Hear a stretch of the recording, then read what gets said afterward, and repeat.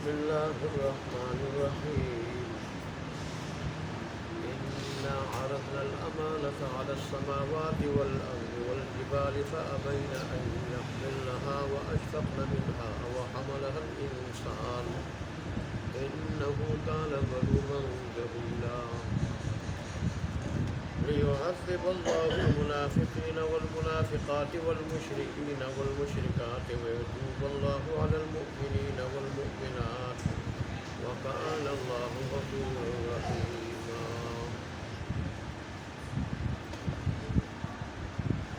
صدق الله مولانا العظيم وصدق رسوله النبي الأمي الكريم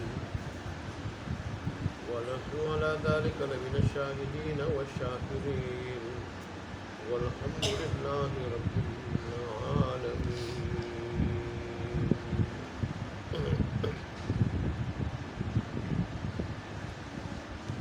یہ سورہ احزاب کی آخری دو آیاتیں ہیں.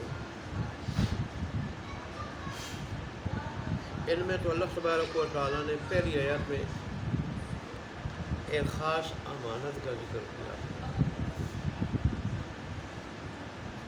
کہ ہم نے ایک امانت آسمانوں پہ پیش کی، زمین پہ، پہاڑوں پہ، تو انہوں نے اس امانت کی ذمہ داری اٹھانے سے انکار کیا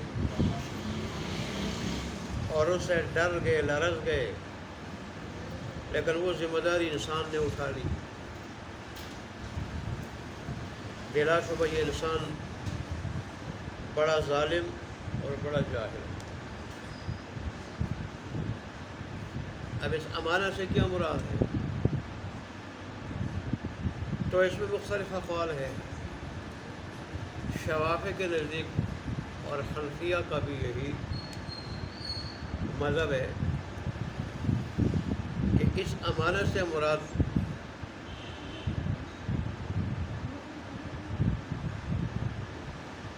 تکلیف کی امانت، اللہ کے قانون کی پابندی،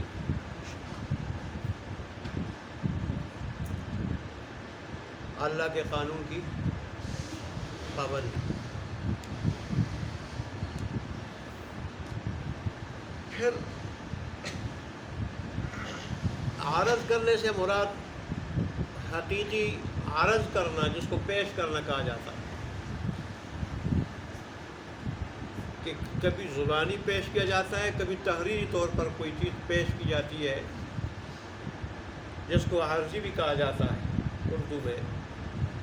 یہ مراد نہیں ہے، بلکہ ان کی صلاحیت و استعداد کو دیکھنا. پہاڑوں، زمین اور آسمان کی صلاحیت و استعداد کو دیکھنا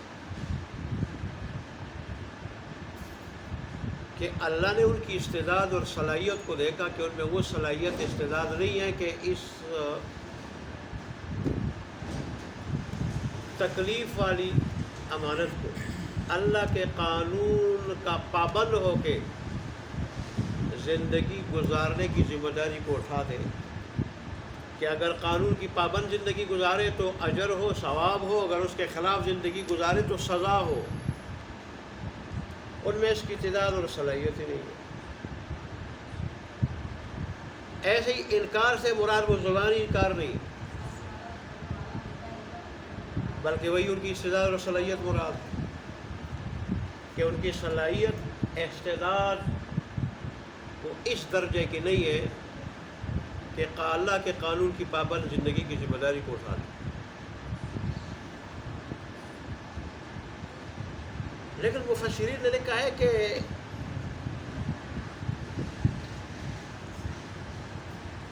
یہ پیش کرنا، انکار کرنا حقیقی بھی ہو سکتا ہے، اس لیے کہ پہاڑوں اور زمین کے اندر اگر سمجھ نہیں نظر آتی، ادراک، تو ہمیں نہیں نظر آتی.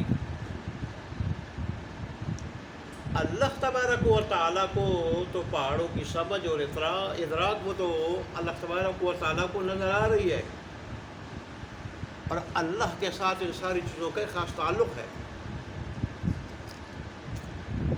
جیسے رسول اللہ صلی اللہ علیہ وسلم نے فرمایا بخاری کی حدیث ہے کہ یہ احد پہاڑ مجھ سے محبت کرتا، احد پہاڑ یہ مجھ سے محبت کرتا ہے. صحیح بخاری کی روایت. مسلم کی روایت میں یہ ہے کہ مجھے جب ابتدا میں نبوت دی گئی، رسالت دی گئی، تو اس کے ابتدائی زمانے میں مکہ کے اندر ایک پتھر ہے، میں اسے آج بھی جانتا ہوں، جب میں اس کے پاس سے گزرتا تھا تو وہ پتھر مجھے سلام کیا کرتا تھا،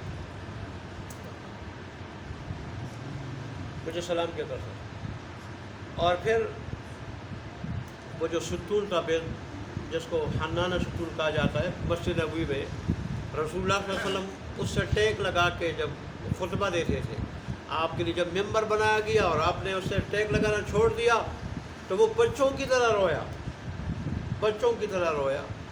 اور پھر حدیث سے تو یوں پتہ چلتا کہ گویا سے رسول اللہ صلی اللہ علیہ وسلم نے نہیں، صحابہ نے بھی اس کی آواز سنی رونے کی، اور پھر رسول اللہ نے اس کو سینے سے لگا کے اس پہ یوں تب کی اس کو خاموش کرایا۔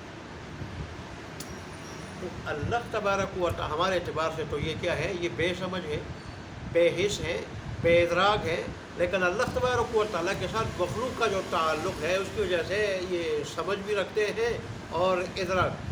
تو ممکن ہے اللہ نے یہ امانت، یہ زندگی پیش کی ہو کہ بھئی میں تمہیں ایسی زندگی دیتا ہوں یا تمہارے اوپر ایک ذمہ داری ڈالتا ہوں، ذمہ داری یہ کہ میرے قانون کے مطابق رہو گے، اور میری جو تشریعی احکام ہے، تشریعی جو میرے احکام ہے، میرے تشریعی احکام، شرعی احکام، ان کے پابند ہو کے زندگی گزارو گے، ان کے پابند ہو کے رہو گے۔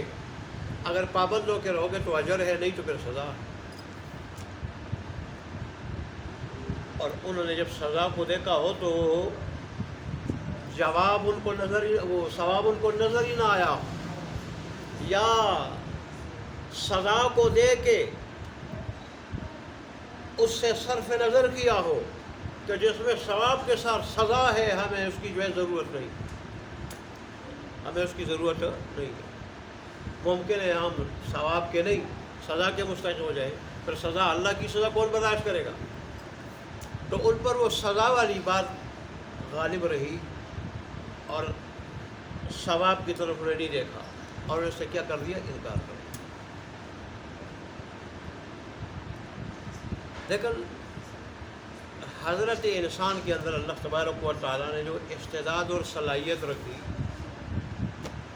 اس صلاحیت میں یہ بھی ہے کہ اللہ تبارک و تعالیٰ سے حد درجہ اس کی محبت ہے، اور اللہ کی عظمت جو ہے نا اس کے دل و دماغ میں بیٹھی ہوئی۔ یہ اللہ تبارک و تعالیٰ کا نائب ہے، اللہ کا خلیفہ ہے، تکوینی طور پہ بھی اس کو یہ امانت ملنے والی تھی، لیکن اللہ نے اس صلاحیت اور استعداد کی وجہ سے اور اس کی وجہ سے اللہ تبارک و تعالیٰ سے جو تعلق ہے، اس تعلق کی بنیاد پہ جب آدم علیہ السلام پہ یہ امانت پیش ہوئی یا آپ کی ساری اولاد کے اوپر پیش ہوئی، تو اللہ تبارک و تعالیٰ کے ثواب کو دیکھ کر، رب کی طرف سے اجر کو دیکھ کے کہ عظیم ذات کا اجر بھی عظیم ہوگا، تو سزا کی طرف توجہ نہیں کی، ثواب کی طرف ساری توجہ رہی، اور اس بات کو کیا کر دیا؟ قبول کر لیا۔ اس وجہ سے تو اللہ تبارک و تعالیٰ فرما رہے کہ یہ بڑا ظالم ہے اور اپنے انجام سے ناواقف ہے، انجام کو اس نے نہیں دیکھا کہ بھئی جہاں ثواب ہے وہاں اس میں سزا بھی ہے۔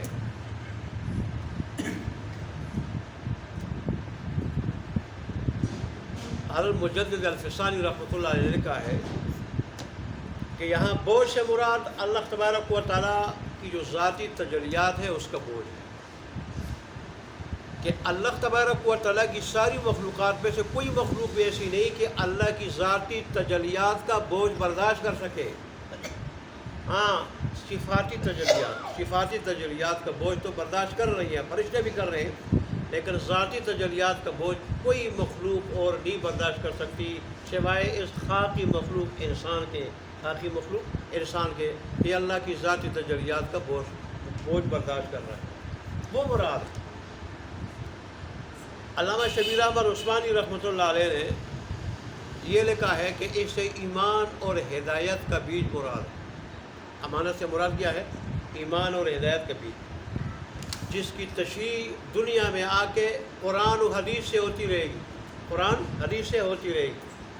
اب جس آدمی نے قرآن کے ساتھ لو لگا لیا، قرآن اور حدیث کے ساتھ تعلق بنا لیا اور قرآن و حدیث پر اس کو قبول کر لیا، اس پہ عمل پیرا ہوا، تو اللہ تبارک و تعالی اس بیج کو بڑا بڑا کے اس سے ایمان کا ایک تناور درخت بنا دے گا، اور جب ایمان کا تناور درخت بن جائے گا تو پھر یہ سزا کا مستحق نہیں ہوگا، یہ اللہ کی طرف سے اجر و ثواب کا مستحق ہوگا۔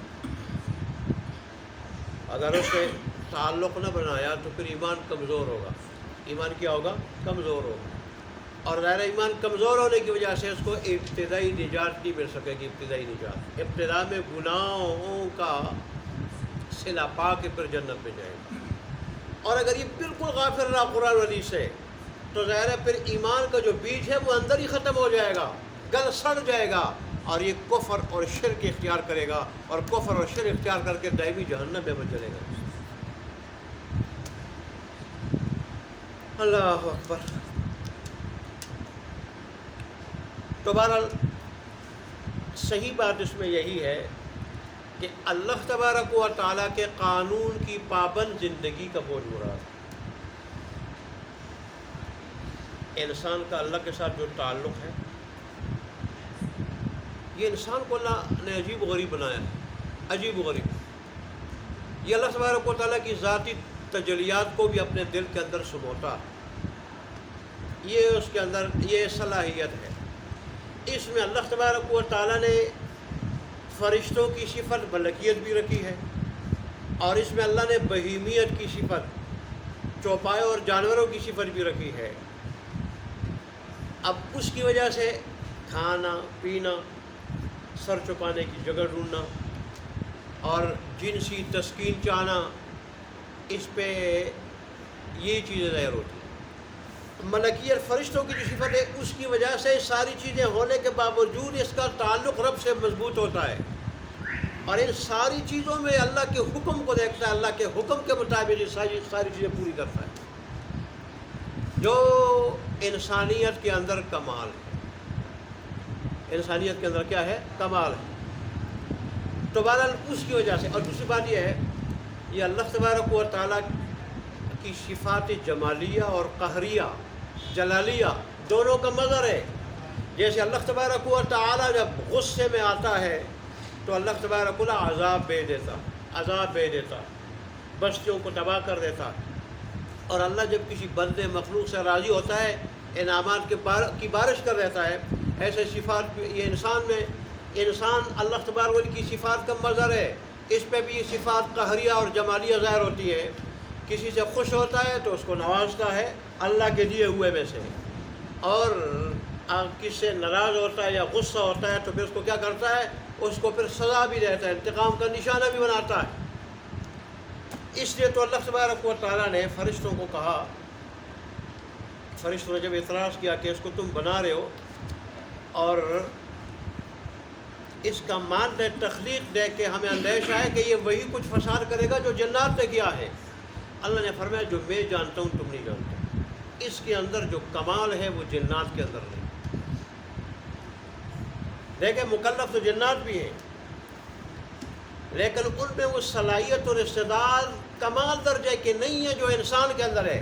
اس لیے اللہ نے قرآن میں انسان کا ذکر کیا ہے، جنات کا ذکر نہیں کیا۔ حالانکہ کہنا چاہیے تھا وَحَمَلَهَا الْإِنسَانُ وَالْجِنَّاتُ یا والجن، لیکن اللہ نے جنات کا ذکر نہیں کیا، اس لیے کہ اس کے اندر اس قانون کی زندگی اور اس کی ذمہ داری اٹھانے کی جو صلاحیت اور استعداد ہے وہ جنات کے اندر ہے۔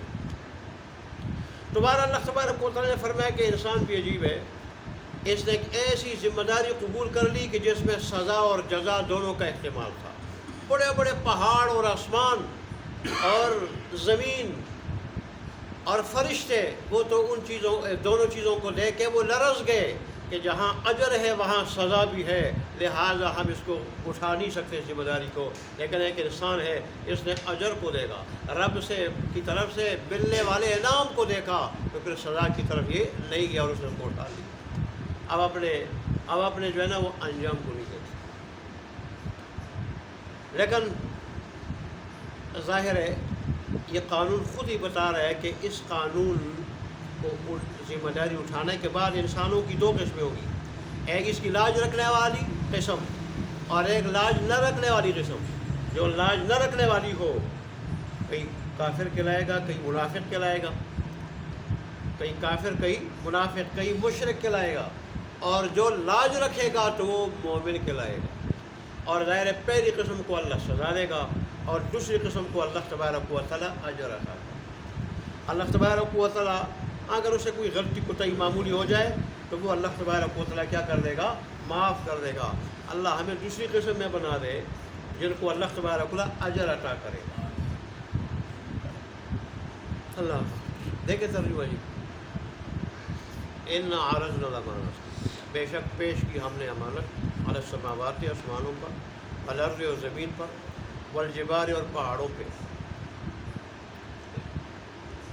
فابین ان یحملنها، بس انہوں نے انکار کیا اس کے اٹھانے سے، کہ اس کو اٹھائیں، دو طرح ترجمہ کر سکتے ہیں، واشفقنا، اور ڈر گئے، منہا، اس امانت سے، اس امانت سے ڈر گئے، اس کی ذمہ داری اٹھانے سے۔ اللہ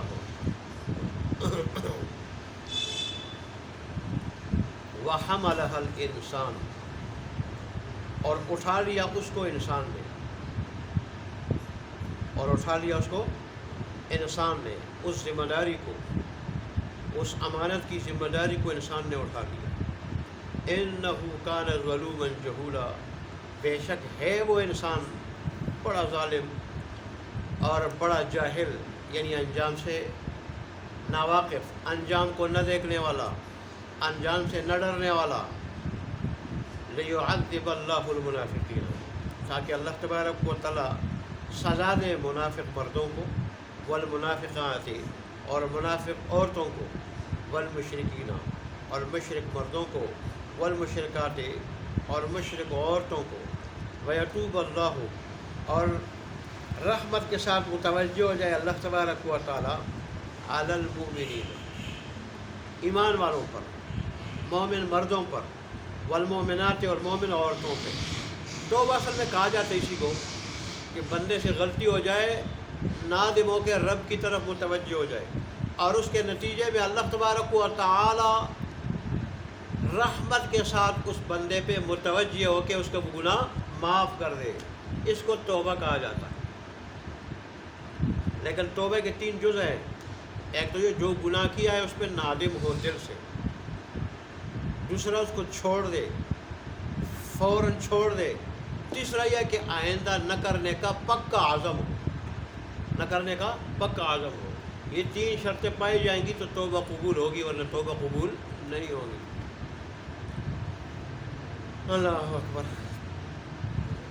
وکان اللہ غفور الرحیم، اور ہے اللہ تبارک و تعالیٰ معاف کرنے والا اور رحم کرنے والا۔ اللہ تبارک و تعالیٰ ہمیں بھی معاف فرمائے اور ہم پہ رحم فرمائے۔ وآخر دعوانا الحمدللہ رب العالمین۔